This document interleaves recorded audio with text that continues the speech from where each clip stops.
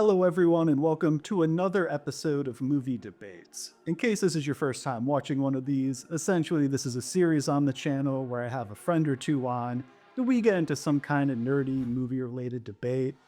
And today I've assembled the dream team, an Avengers-level squad, the perfect group of people to rank every song from K-Pop Demon Hunters. I mean, just look at us. We are, without a doubt, the target demographic of this film, so who better to rank all of this great music? But all jokes to the side, myself, Malachi, and Edward Cullen here ranked the 7 songs from this soundtrack, and from our individual lists, I created a group ranking, taking the average placement of each song. So we're going to be going through said group ranking, starting with the song that we have in 7th place, and culminating with the song that we have crowned the unquestioned best song from K-Pop Demon Hunters. And of course, for the places where we have some disagreements along the way, we'll get into mostly friendly debates about it. But before all that, Malachi, would you mind telling the people the rough criteria you used to rank all of this music? Yes. So honestly, when I went through, I found myself selecting the order in which I found it kind of profoundly impacted the rest of the story and the overall meaning that it kind of had on the storyline, and also how good it was. But I felt like that emotion was so innately woven in to how they made the storyline that it just kind of made it better and better as they kind of went on. Edward, would you mind telling the people watching the kind of rough checklist you had while you were ranking all these songs? So when watching the movie, I kind of put the song related to the scenes and how they kind of relate to it. So from my list from bottom to from worst to best, it kind of relies on the visuals, the animations, and how it kind of catches into the entire storyline. So that's kind of my take on it. Yeah, for me, I kind of had 3 things I tried to keep in mind. A, how the song plays in the context of the film. B, kind of how it plays outside of the context of the film. And then 3, just kind of how I vibe with it. Like, how much I like the melody or the instrumental. I don't know, like, because I think with the musical, it's interesting because you have, obviously the song needs to move the plot forward or some kind of character arc forward. But then also, like, I want to be able to bump it in the car, on my way to work or, coming home from work. So I think there's kind of like a balance there where like you want it to be important to the film, but also to like not need to watch the film to enjoy it. And then also, as far as vibes go, like, it's the reason we all have different lists is, just how it kind of plays to your ears. And I guess another important thing to note before we kick things off, only I, as the editor and curator of all things on the Screen Stories channel, actually know the ranking. So you will be getting genuine reactions from both Malachi and Edward. Yeah, so without further ado, the song that is in 7th place, the worst song from K-Pop Demon Hunters, is the only placement that we all agreed on. We all think Takedown sucks. Yeah. So, Okay, good. Malachi, would you please tell the people why you hate the song Takedown? So I think I want to start with a disclaimer that I think each song is good in their own right. However, in most rights, I do not like that song. I think thematically it is a part of division in the group, and listening to it, it's interesting.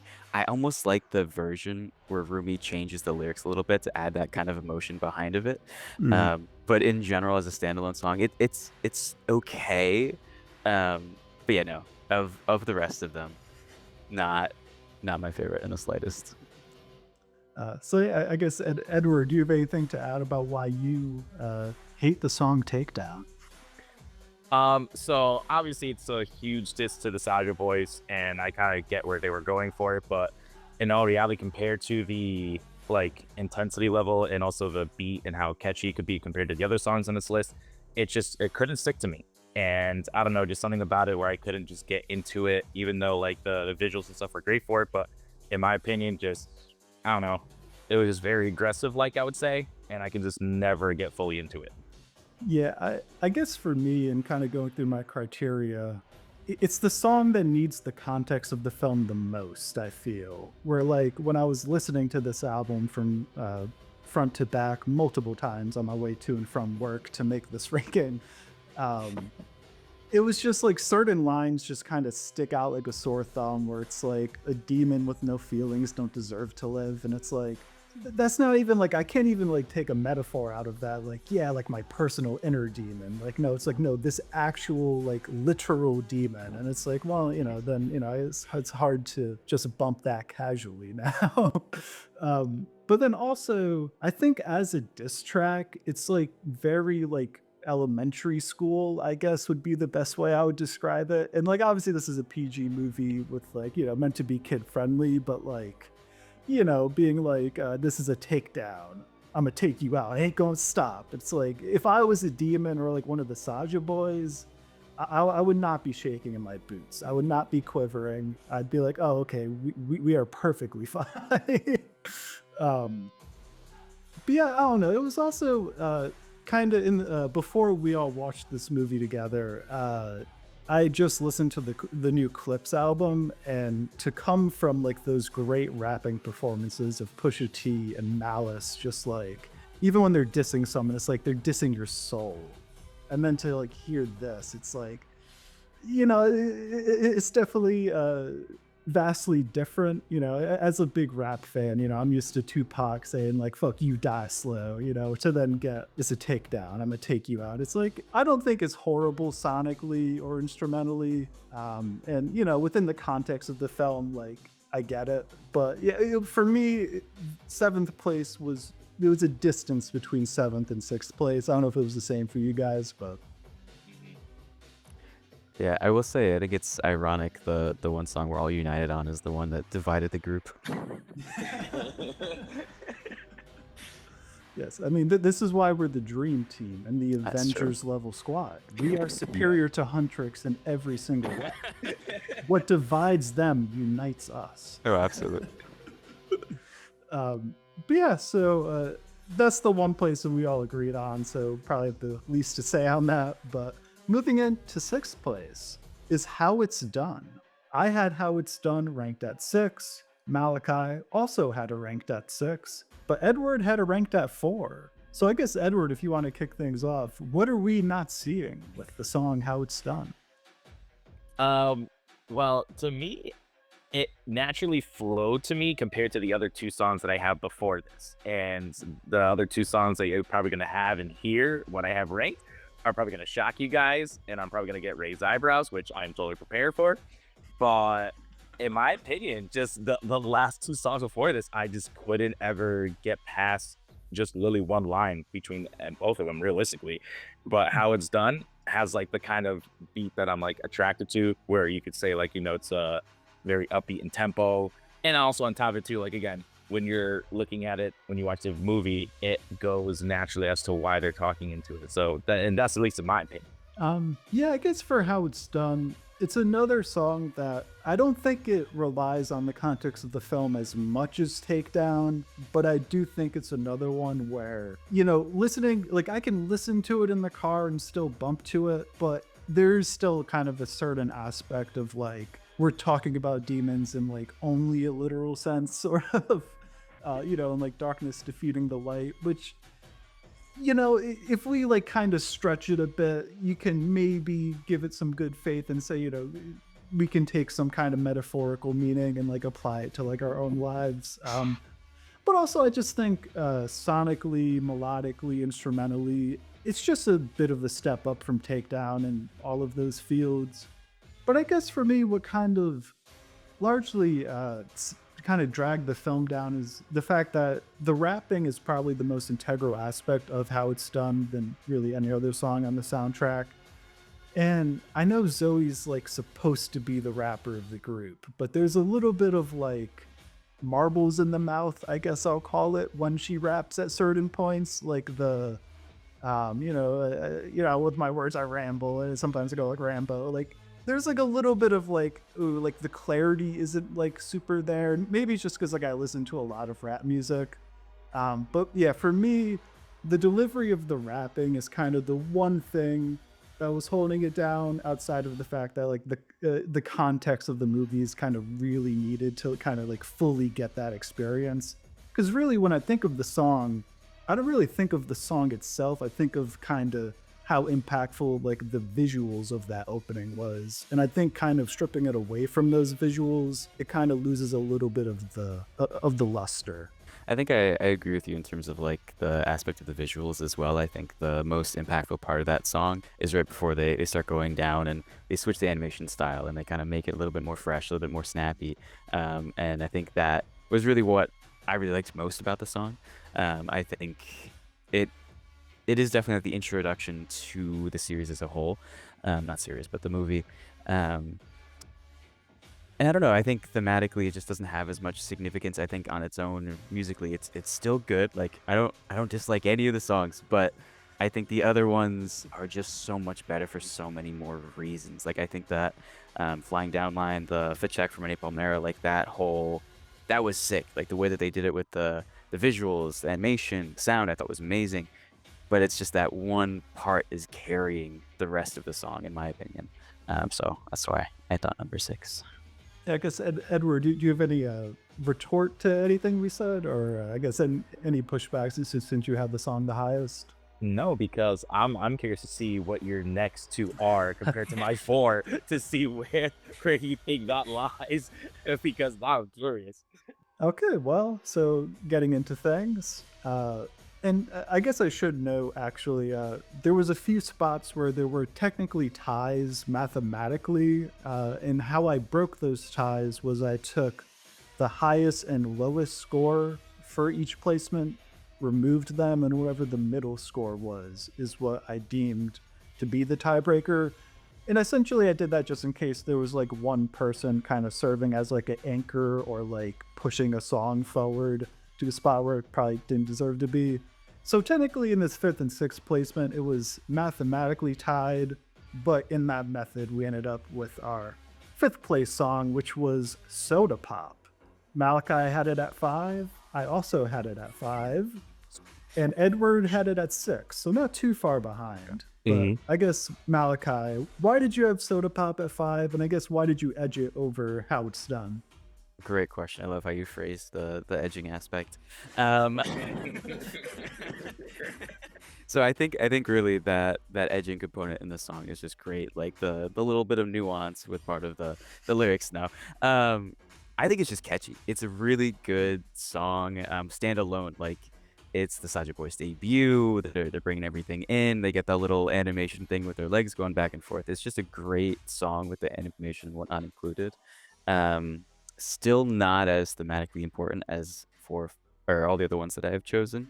Um, but definitely it's catchy. Like listening to it. There's a couple ones that I would just go through as I'm listening to the soundtrack and replay and replay and replay. And it was one of the more prevalent songs where How It's Done, Takedown Wood, I would skip more than not. But yeah.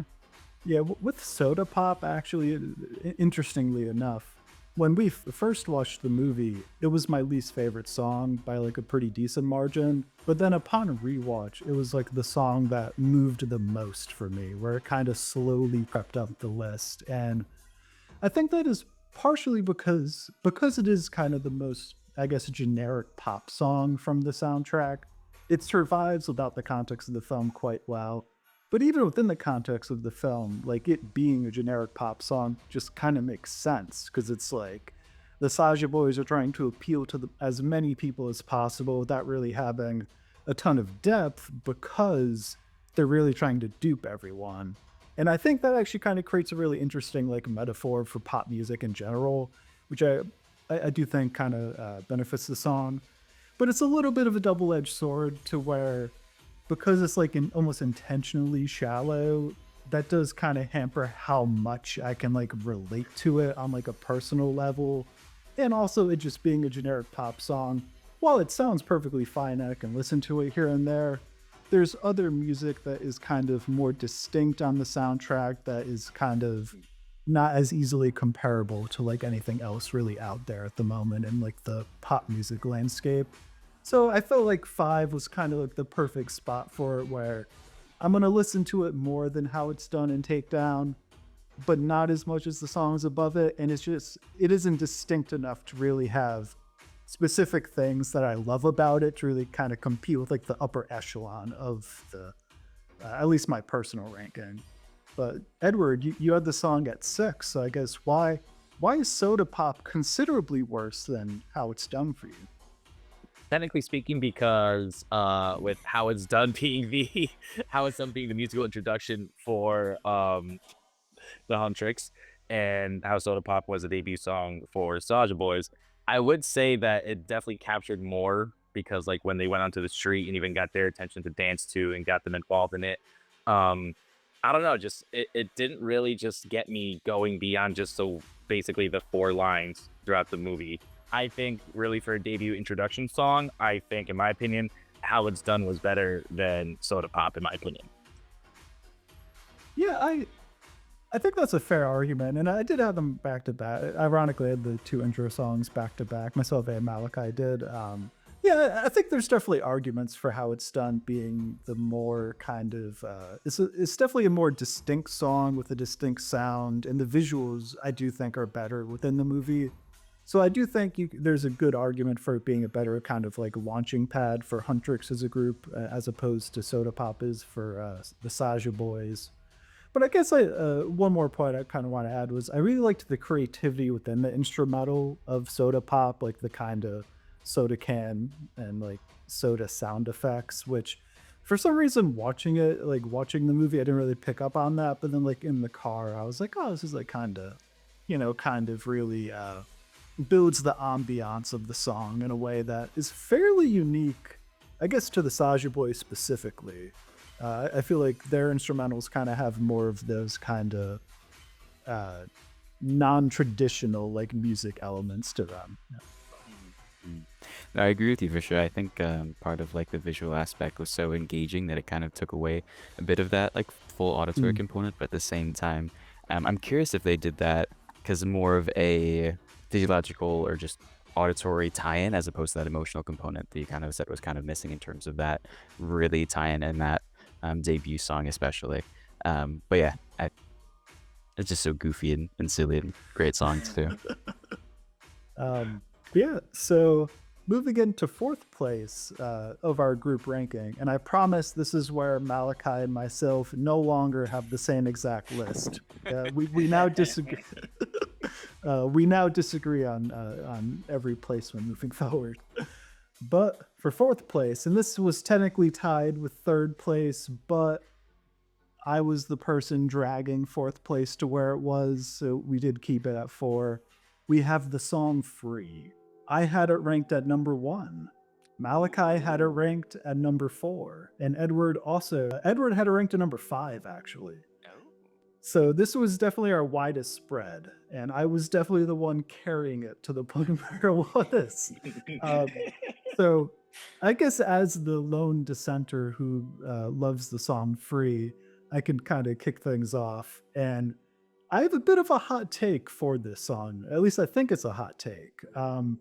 The best harmony on the entire album happens on this song, because when Rumi harmonizes with the other Huntrix girls, to me it just sounds like Rumi. Like her voice is so powerful and she just hits notes way higher than the other two, to where it's like Mira and Zoe kind of get drowned out and like it just feels like solely Rumi.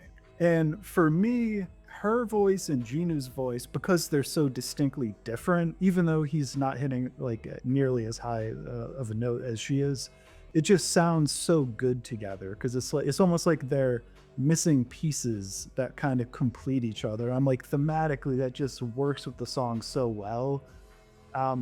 Also in general, I'm just a bit of an understated guy, so the Goldens and What It Sounds Like, they're great songs, but they're a little like, belt it so the whole world can hear type of messages.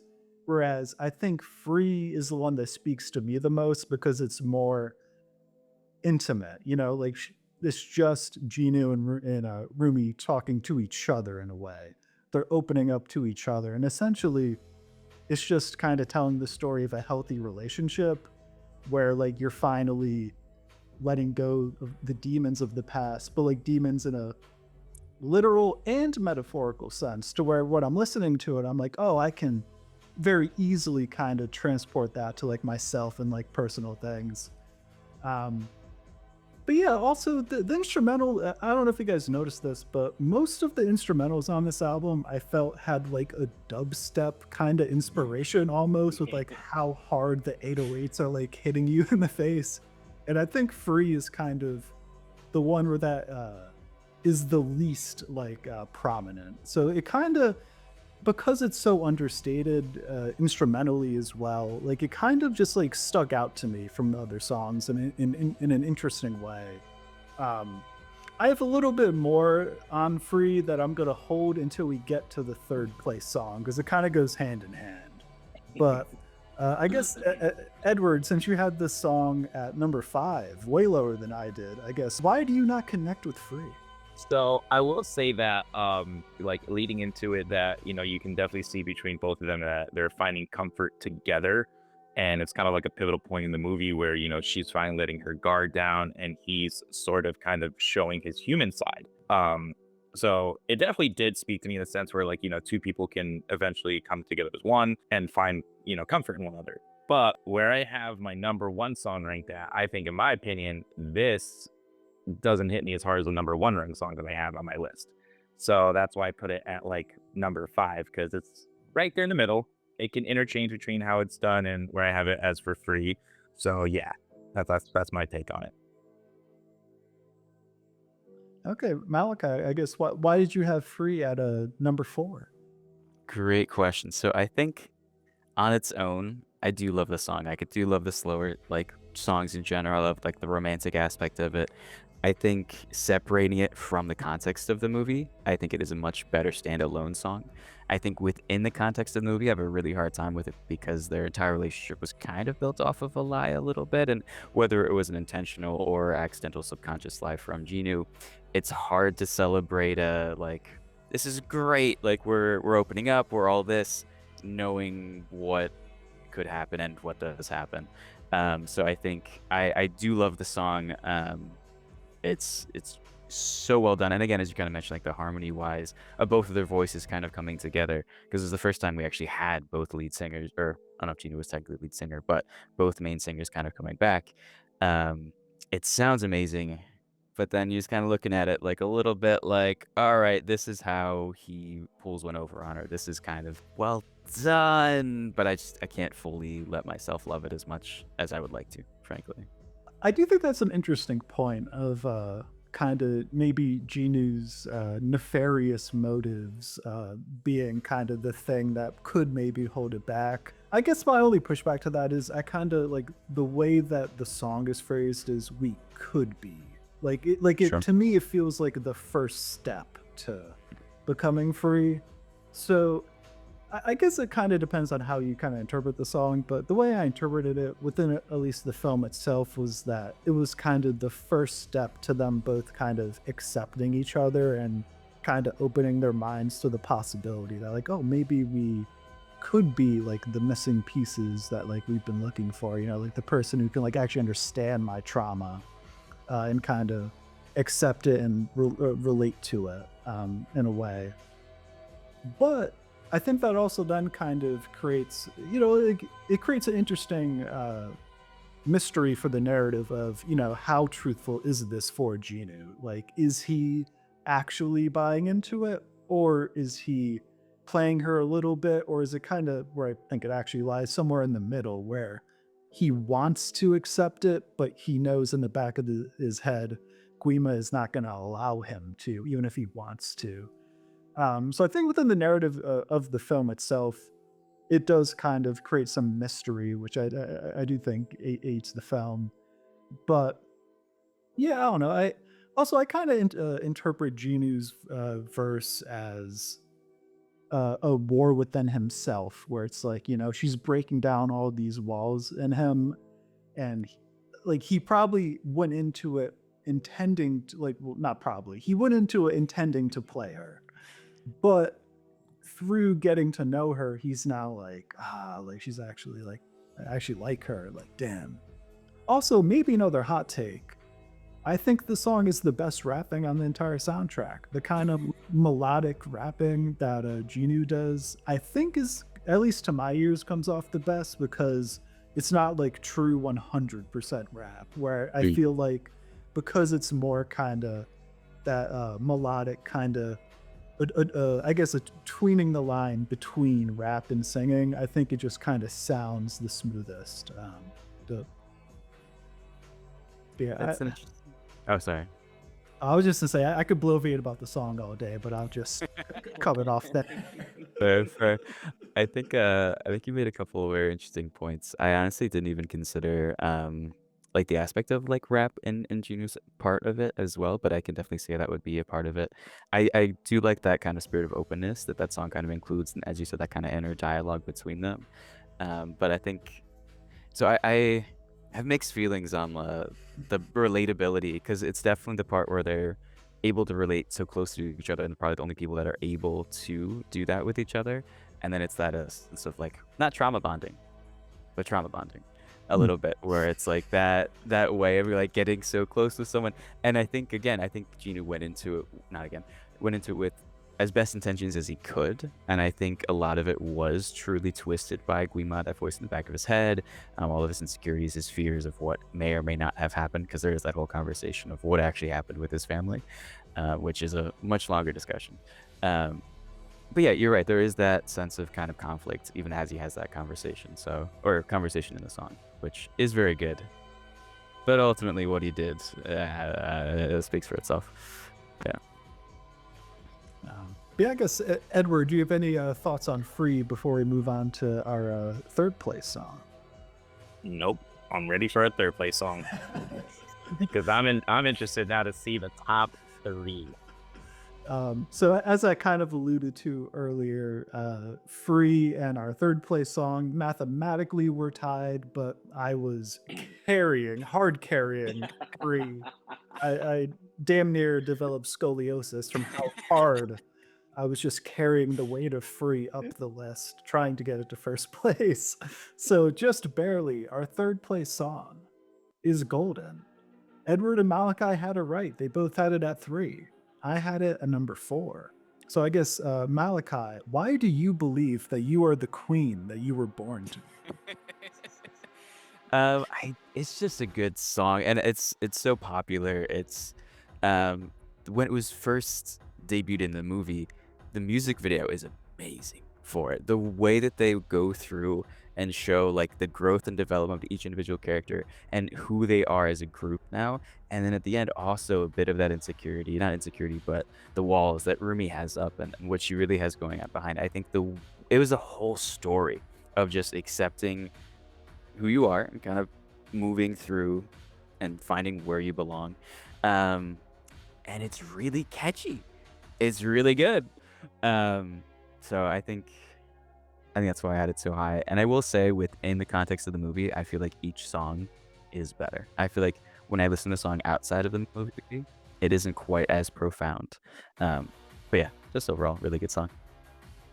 Okay, Edward, I guess, why do you believe that you are the queen you were born to be? So when this song came out, especially when we watched it all together, it just like awoke something in me. I was like, whoa, like this completely just blew me out the water. And I was not expecting it to catch me from start to finish.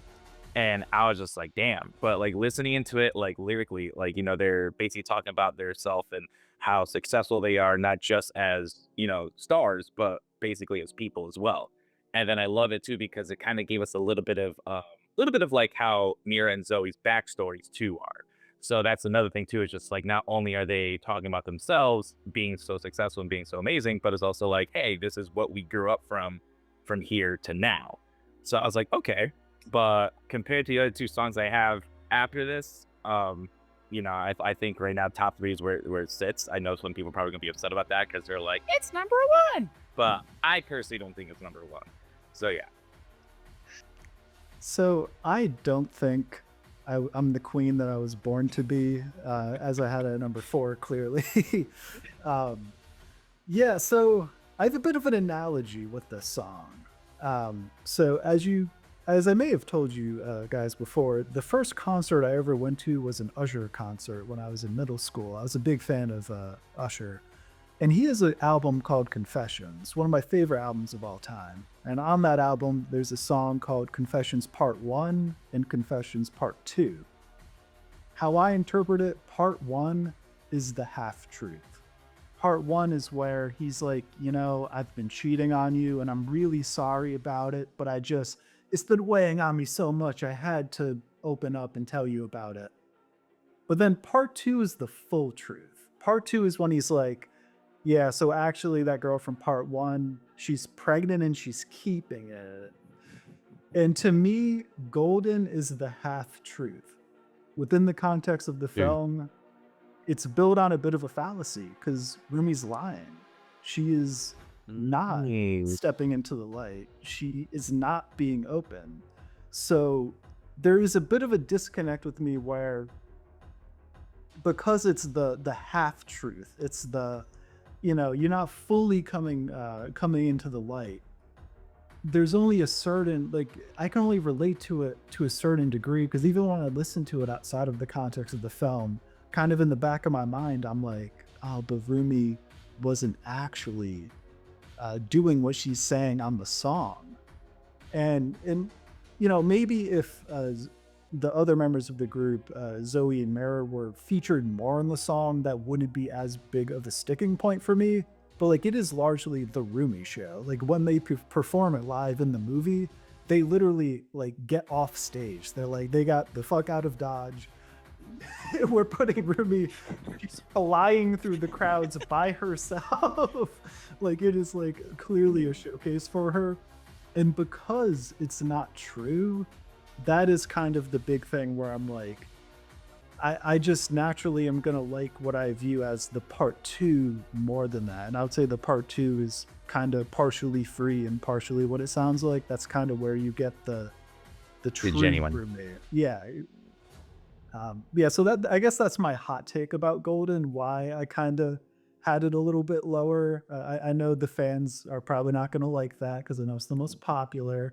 And I understand why. Like, instrumentally, incredible, vocally, arguably the most impressive vocal performance from Rumi is on that song. Like, the high notes, like, we're going up like Jesus.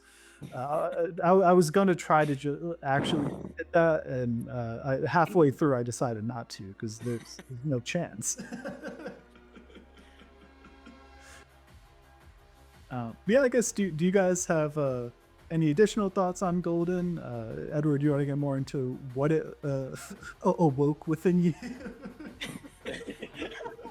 Do you want to describe what else is going up, Edward? Or now we're gonna keep secret. fair.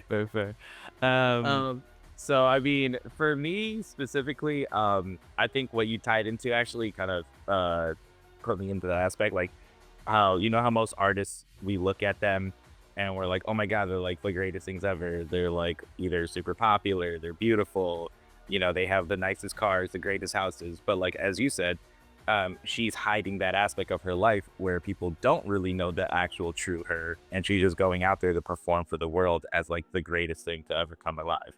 So I kind of agree with you there, Galen, on that, because you're right. It's like that song particularly doesn't really fully show who she really is. It's just more the cover up for the fans, so that way they have something to look at her to be like, yeah, like, this is our golden person. This is our our idol. This is basically the person we want to go to. So, but realistically, why it woke something in me, just the beat. I'm not a person where, yes, I like being a lyricist and like listening to like what the meanings behind the song are, but also the beat needs to be catchy as well. And both of it did it for me. But I will say the next two in line beat that out, unfortunately. But you're probably gonna get flamed for not having it in your top 3 though, for sure, because they're definitely gonna do a golden in your top 5. There's definitely something on for you. No, I think I actually do want to jump in though too. So I really like that perspective of kind of like this not fully being authentic with Rumi, and how she's kind of presenting herself to the fans versus how she really is. I think that's definitely there. I think it's like that that person that you show person that you like pretend to be and the person that you truly are. And I like that. That was like the first doorway to kind of opening that up instead of staying at the superficial aspect too. Because as we were kind of going through the movie up to that point, it was very much like, oh, there's these people from the outside. We're kind of looking in, and that was the first kind of step where they go, oh, wait a minute, there's more here. There's more depth there. We're gonna explore that. There's really rich, deeper subplot that we're gonna dive into that we're just giving you the little taste of. And I think that's really what I loved about it. It's like, oh yeah, it's a great song. Oh, there's something there. There's really something that she's trying to say. She wants to say, but she's having a hard time actually being able to do that. Um, and I think that might be the part that kind of ties it in for me. Yeah, and to be fair, I do think there is kind of a devil's advocate slash like flip point of what I'm saying, where maybe you could argue, at least within the context of the film itself, the fact that Rumi isn't being fully forthcoming actually does help kind of move the narrative forward and add, kind of more drama. But I guess just to me, like kind of ranking the music itself, there just is a inherent aspect of I want to be able to kind of relate and like put myself in the shoes. And then also I'm just like I said when we were talking about Free, I'm a little bit more of like a subdued uh, person where I'm not necessarily belting things at the top of my lungs. I mean, I'll sing in the car, don't get me wrong. I sing in the car every day. you know, if I were to sing Golden in the car every day, even though I have a short commute, I would not be able to speak once I got to work because my vocal cords would be fucked. Yeah, so I guess moving into the song that is in second place, we have Your Idol. I had it ranked at number 3, Malachi had it at number 2, and Edward had it ranked also at number 2. So I guess, Malachi, why do you relate to the song Your Idol so much? So, great question. It actually was, I think, one of the main reasons I watched the movie to begin with. When it first started becoming so popular, I saw so many of those edits on Instagram, and it just, it was so catchy, and there isn't a ton of thematic. I mean, in the movie context, it is very thematically important. It's like almost the climax of the movie itself. But it's just a banger. Like, it's just such a good fucking song. I don't know if I can swear. I apologize. It's a really good song. Visually, it's great. I don't know. Honestly, I got nothing except it's good. It sounds great. It's just, I like it. Fits the vibe. So the funny part was when I first listened to the song, I actually, if I could rank it now, it probably would have been number 5. I didn't find it catchy enough to really like stick with me, and I'm just like, like it's not terrible. Like this is their last song basically together. I was like, but it didn't really sit with me. Then after a while, I was like, let me listen to the soundtrack once again. It just from the beginning to the end, I was just kind of like, damn, like it's their whole MO. Like they're demons that are trying to take people's souls, and like they're looking at them like, yeah, that's right, I'm your idol, this is who you're looking at. And I was like, damn, I was like, okay, like I kind of see it now. Then as soon as I watched the movie again, and just the visual aspect too, just seeing them float into the stadium basically, like right into stage, I was like, damn, that's kind of badass. I'm like, I can't even lie, I was like, they really killed it with that. So it took me a little bit to finally get into the song, but I will say like the creepy, I would say, kind of catchy tune that they had for it killed it. And that's why, in my opinion, I'd rather listen to that more than I listen to Golden, especially with how overplayed it is in every single aspect. I could literally go to the grocery store, it's playing. I go to a freaking baseball game or a football game, it's playing. And then like half the people are dancing, and I'm just like, okay, I get it, people, it's so catchy, but like, for the love of Lord, can I please just go a day without listening to Golden somewhere, anywhere. I definitely relate to that struggle. Sometimes you just want to go shopping and buy a pair of jeans without hearing Rumi belt out, "We're going up." You know what I mean? It's like, sometimes you just want to shop at Target in peace. I completely get that. But yeah, so I guess the reason I had Your Idol at number 3 above Golden and towards the top end of the list, kind of what I talked about a little bit with Soda Pop, where I like that the instrumental stands out probably the most from any of the other songs on the soundtrack, with the added elements of like the Latin chants. Like there's something dark yet inviting about the instrumental, and I think that obviously that perfectly like fits the song and kind of the, you know, the whole we have you now. Now we're gonna pull the mask off, and you're gonna see like the true monster. So within the context of the film, like it's awesome, and it sets up as kind of the penultimate song. It sets up the finale in kind of like a perfect way, where I think they play back to back really well. But then also, I think the rapping outside of maybe Jinu's melodic rap is probably the best rapping that we have on the entire soundtrack.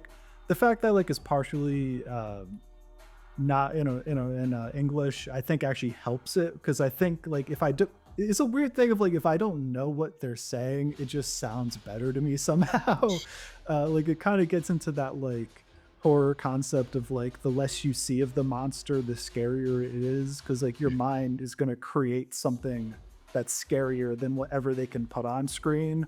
And I think it's similar with that, where it's like, because I'm too lazy to look up what the lyrics are in English, I'm like, oh my god, like they just said something that is like beyond my like mental processing. Like it's just something better than I could even possibly think of. But yeah, I guess the only thing that holds it back a tiny bit is like it can survive outside the context of the film a little bit, because I do think there's a little bit of like a metaphor of like artists being like an idol and being kind of like put on a pedestal, and you can kind of read into it as like an artist talking about how, you know, the dark side of like the music industry in a way.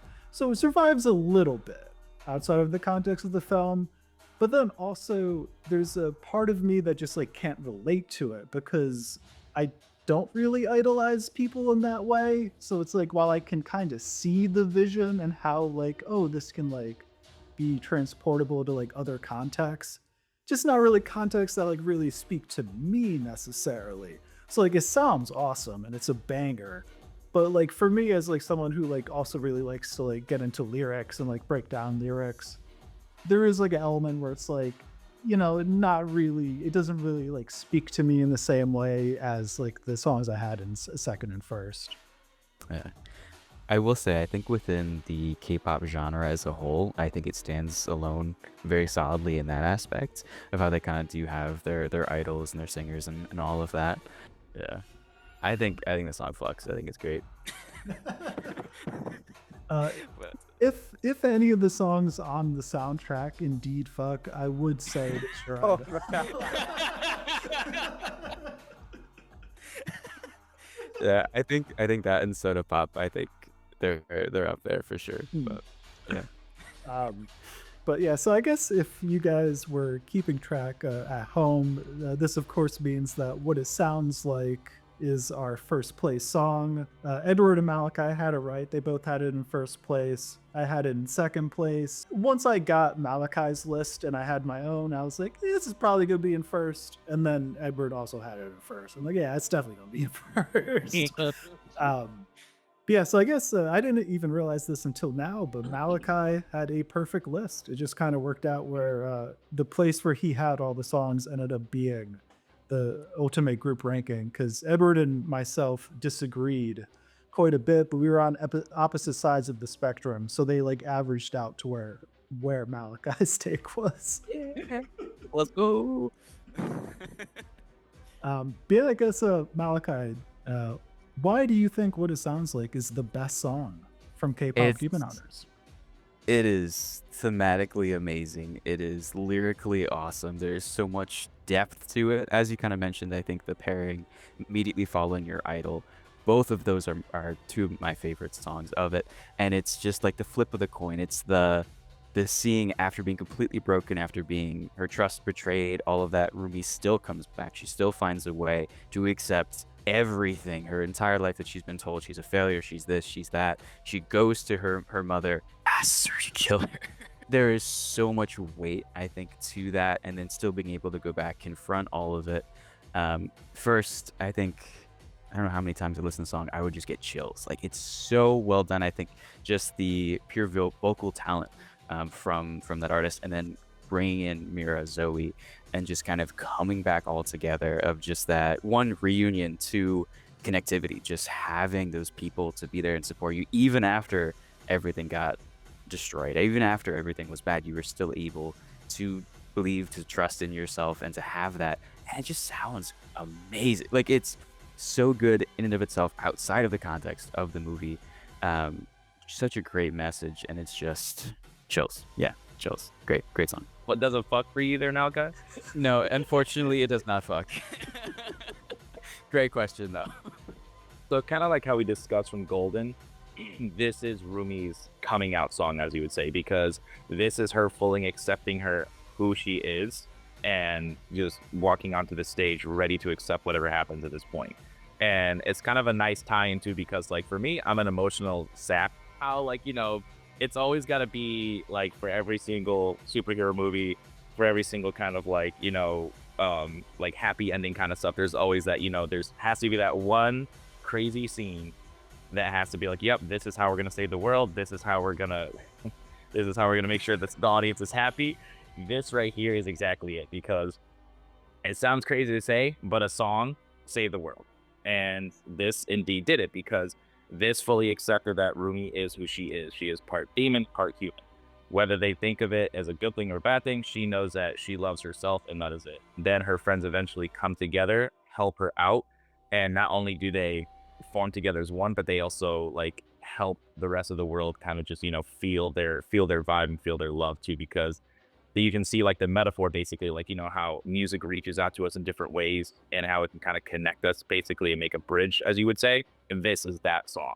So I love it just from the way that it starts up slow and then the intensity just builds. And from there, that's what kills it for me as number one, in my opinion. Yeah, I largely agree with both of you guys. I did have it at number two. I guess to kind of go back to my Usher Confessions Part 1 and 2 analogy, I think there's a fair argument to say that what it sounds like is the full truth. It's kind of the final step, which makes sense. It's the final song in the film.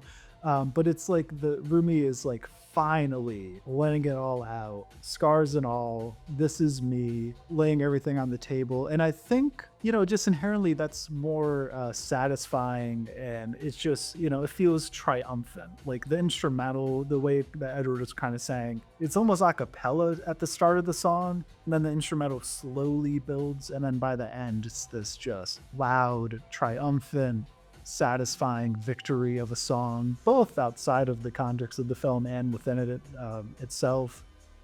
And I think it's just like I relate to it more than Golden, because I guess lyrically I just find myself being able to like compare it to my own life more than Golden, because like I wasn't really a problem child, I didn't get too wild. Whereas with what it sounds like, I think it's a more like within the context of the film, like it makes complete sense. You understand exactly what they're talking about. But when you listen to it like in the car or in, you know, in your headphones, walking around the house or whatever, it's a little more general. You know, like it's seeing all the beauty in the broken glass can be applied to really anything trauma based in your life. And I think because of that relatability, it just kind of speaks to me more than Golden. The only reason I had Free slightly above it is because Free, I think, is a little less understated, which kind of speaks to me more. And then also, I do think the harmonizing of Genu and Rumi works better for me, just because, kind of like with Golden, on what it sounds like, it is like when they're all singing together, like it is largely like Rumi. Like you just kind of hear Rumi. And like that makes sense. Like I get that she's like the main character of the film, obviously, so she got like the bulk of the storytelling, and she kind of has, you know, the character arc. So like I understand that, but just in terms of like what my ears kind of enjoy more, I kind of like that kind of distinct harmonizing between Gino and Rumi a bit more, which is why I edged Free over what it sounds like. But it is a phenomenal song. Yeah. But yeah, I guess now that the ranking portion is over, we can kind of just shoot the shit about the, just shoot the shit about the movie, kind of yap a little bit about it, maybe give the people watching, if they're still watching, kind of a little backstory about how we all watched the movie together. But yeah, real quickly though, if you did watch this video and you got this far, please let us know in the comments, how would you rank these 7 songs? And whose individual list do you think was best? But yeah, I guess for some backstory on how we kind of came to watch this movie together, we were driving back from a anime con, which of course we all dressed up for because we're all nerds, of course, you know. Yup. I don't think that's a massive shock to anyone watching. And Malachi asked Edward and myself a question, kind of out of the blue. Do you like K-pop? And I was like, not really. Never really listened to much K-pop. And then he was like, there's this movie called K-pop Demon Hunters. We should watch it. And I will be honest, in my head, I was thinking that sounds ridiculous. But outwardly, I was like, you know what? I have an open mind. Let's give it a shot. And then we ended up watching it later that day. And I don't know if it was the same for you, Edward, but I was genuinely blown away, where I was like, wow, this, like, on paper, just based on the title, this, like, seems like a ridiculous concept that, like, really shouldn't work and kind of just seems out there. But then watching it, I was like, wow. So I will say that the reason for my love for anime is because of Malachi. So when I met him 2.5 years ago, he got me back into it. So any suggestions that I get from him, I never ever judge, because I'm just like, this guy knows ball. This guy just knows exactly what to bring to the table. So when he asked us both, I was like, listen, it's Malachi suggesting. It's a guarantee that 9 out of 10 times he's hitting the mark, and I'm all for it. So for me being open-minded, I'm like, K-pop Demon Hunters, I'm like, I don't know what the hell that sounds like, but I swear to God, I'm like, I better hope to be awake and better be alive for this stuff, because I'm like, after us having an exhausting ass day, walking through all around Netacon, I was like, all right, let's sit down, let's enjoy this, let's see what it's all about. And then, like, literally the first 30 minutes, I'm like, okay, it's a musical, and I was like, but it's actually a really good musical. I was like, I'm kind of curious on how they portray this in an anime, and I was like, holy shit. At the end of the movie, I was like, what the hell? I'm like, why does he keep hitting these fucking marks? I'm like, I don't understand it. So I was like, this is catchy. And of course he goes, listen, I've been listening to the soundtrack for days. So it's been in my head. And that's why I'm like, I'm getting everyone into it. And I'm just like, son of a gun. So then I start listening, and now back on the way home, I have like a whole hour drive home. I listened to that soundtrack at least like 15 times on the way home. And then even still at home. And I'm just like, oh, Josh, I'm like, now I'm one of them. Yeah, I think for one, I'm very glad I insisted we watch that movie. I remember the first time I went to watch it, I thought it was going to be like a TV show. I started watching, it was like 1 a.m. I think it was a work night. And I got like 10-15 minutes in, they started singing, and I was like, the fuck? It's a musical. Oh, wait, this song kind of slaps. This is great. And then next thing I knew, it was 2-3 a.m. and I was like, holy shit, this was the best movie I've seen in a very, very long time. I have a very hard time sitting down and watching movies in general, with just how much TV shows are more dominant. But they did such a good job with the pacing of it, with the songs, with just the visual components, the humor, just everything. I think they did a fantastic job with it. Whether or not there's going to be a sequel, or whether I think that's a good idea, that is another story in and of itself. But yeah, I thought it was great. I will also say, when I watched it with you guys, it was the 3rd time that I've seen it. But yes, great movie. Love it. Yeah, I guess kind of building off of that, just out of curiosity, what would each of you rank the movie out of 10 if you were, putting your kind of movie critic hat on? Whoosh. Oh man, as a movie critic kind of thing, I definitely say, honestly, a solid 9, in my opinion. I think that even if you are an anime watcher, if you're not a typical musical person, this is actually one of the few movies where you could watch it and get really sucked into it and kind of relate to it too on a personal level. Like, I'll say just off personal experience, my sister, she's about like 8 years older than I am. And she like literally put a curse on this movie because she goes, hell no, this is a no for me. Even though the musics are hitting, I don't care. I'm not watching this movie. And I'm like, listen, you need to. Like your life will totally change. And I know you can relate to it on a certain level for one of the songs. I was like, if you just watch it, you'll understand why. And it will touch you. So, well, not like that, but it'll touch you emotionally in the soul. Before Val kind of decides to interject here and put something in because I know how he is. But definitely it will speak to you on a level that most movies can't nowadays and most songs can't also nowadays.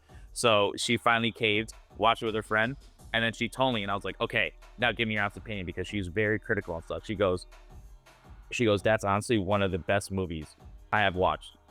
And I'm not even talking about just animated. I'm talking about also live action. She goes, that's how much this movie spoke to me. And I was like, okay.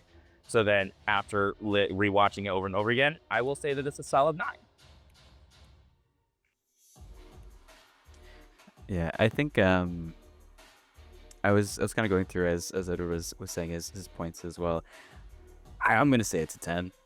Like, I think for it to have such a cohesive storyline, such immersive songs, such great visual aspects, components, the animation was great, voice actors were amazing, but also to have such a coherent wrap-up close for a standalone movie, I think is very hard to find. And I think also for it to be as short as it was. In most movies nowadays, you have to have like a 2-hour, 2.5 hour. It was what, 1 hour's 15, 30 minutes to have a full coherent storyline of Rumi. Awesome. Great character development, great depth, great growth. I can't think of something they didn't do well, in my opinion. I'm sure there are things for sure, but I would watch it for 4th, 5th, maybe 6th time even, actually. Yeah, I guess this probably isn't too surprising since I have a YouTube channel where I do video essays and break down film and television. But I actually have 2 different kind of metric systems for how I rank things now, which I kind of developed recently, where I rate things on an entertainment/enjoyment scale, and then I have like a critical, like kind of fine-tooth comb scale, if you will. And just on like entertainment and enjoyment scale, I'd probably give the movie like a 9 out of 10. Like, I think it accomplishes pretty much everything that it set out to do. Like, I've seen the movie a few times now. I showed it to my girlfriend who also loved it. So yeah, like it is a very entertaining, and kind of speaking to your point, I love the fact that it's like an hour 20 minutes. Like, the death of comedy films I always go back to was the death of the 90-minute comedy, because like all my favorite comedies like Zoolander, like all like the kind of classic like 2000s movies for the most part are kind of in that range where it's like Zoolander is like a ridiculous concept. It's like making fun of how dumb models are. It doesn't have to be 3 hours. Like we get it. So I do think that was a breath of fresh air. Or even like one of my favorite children's films is Disney's Dinosaur from 2000, and that movie is like without credits, it's like an hour, and it's awesome. And you know, like things like that is just like I think is missing, and I do appreciate that K-pop Demon Hunters kind of has shown us that you can be a phenomenon and super popular without being this 3-hour like slog fest to try to get through. But then, yeah, I guess like if I was putting my like critic like film degree hat on, I'd probably give it like a 7.5 out of 10. There's like certain elements of like the narrative where like I would have liked some kind of character arc for like Mira and Zoe. Like I think they kind of get left out to dry a bit.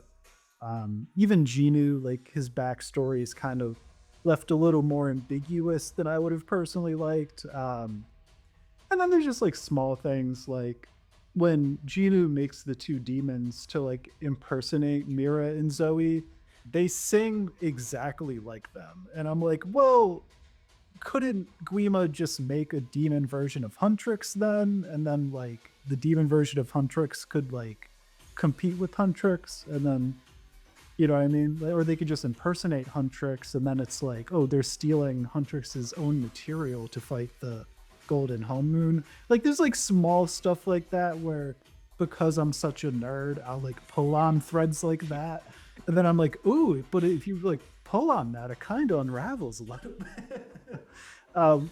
Which is why I have the different rating systems of like, how much did I enjoy this? And then after I spent 30 hours thinking about it, how good do I think it is? Yeah, I guess just a few more quick questions before we wrap up. Do you guys think Genu is actually dead, or will he return in K-pop Demon Hunters Doomsday? Uh, I have a lot of mixed feelings on that question because part of me wants to see him again in whatever capacity that is, but at the same time, I do think the story that was shown to us did have a very fitting end. I think the way that he kind of sacrificed his soul, gave it to Rumi, I think is very profound. I think it was such a impactful part of that movie that I think kind of having a sacrifice be in vain almost like would take something away from it. I don't know why I always think of it as like Mulan, Mulan 2, Mulan, a standalone banger. Mulan 2, they made Shang a bitch. I don't know why. It was just not as good. So I feel like if they bring Genu back, he's just not gonna have The same impact. exactly. Like it's everything that his character was designed to do, he did. He had his full kind of full circle come around realization of, oh, wait a minute. Okay, hang on. Let me fix it. I fixed it. This is how I can do it. I'm done. Would I love to see him again? Yeah. But I don't want them to do it in a bad way. And I think that's the problem with everyone wanting him back, especially as a romance or love interest. I think Rumi could probably do better. I think he's the first person that saw her for who she truly is, and I think that's great. But also, he also gaslit, manipulated, did all this that I don't know. Trauma bonding. Yeah, all that fun stuff in there. We love that. Yeah. So I'm on the fence, but mostly I want to say I hope he doesn't come back.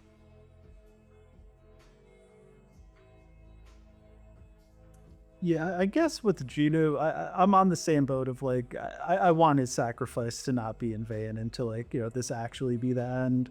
I think maybe one way you could get around that is doing like some kind of prequel that tells maybe Genu's story in detail, and whoever the demon hunters of that time were, that could maybe be interesting.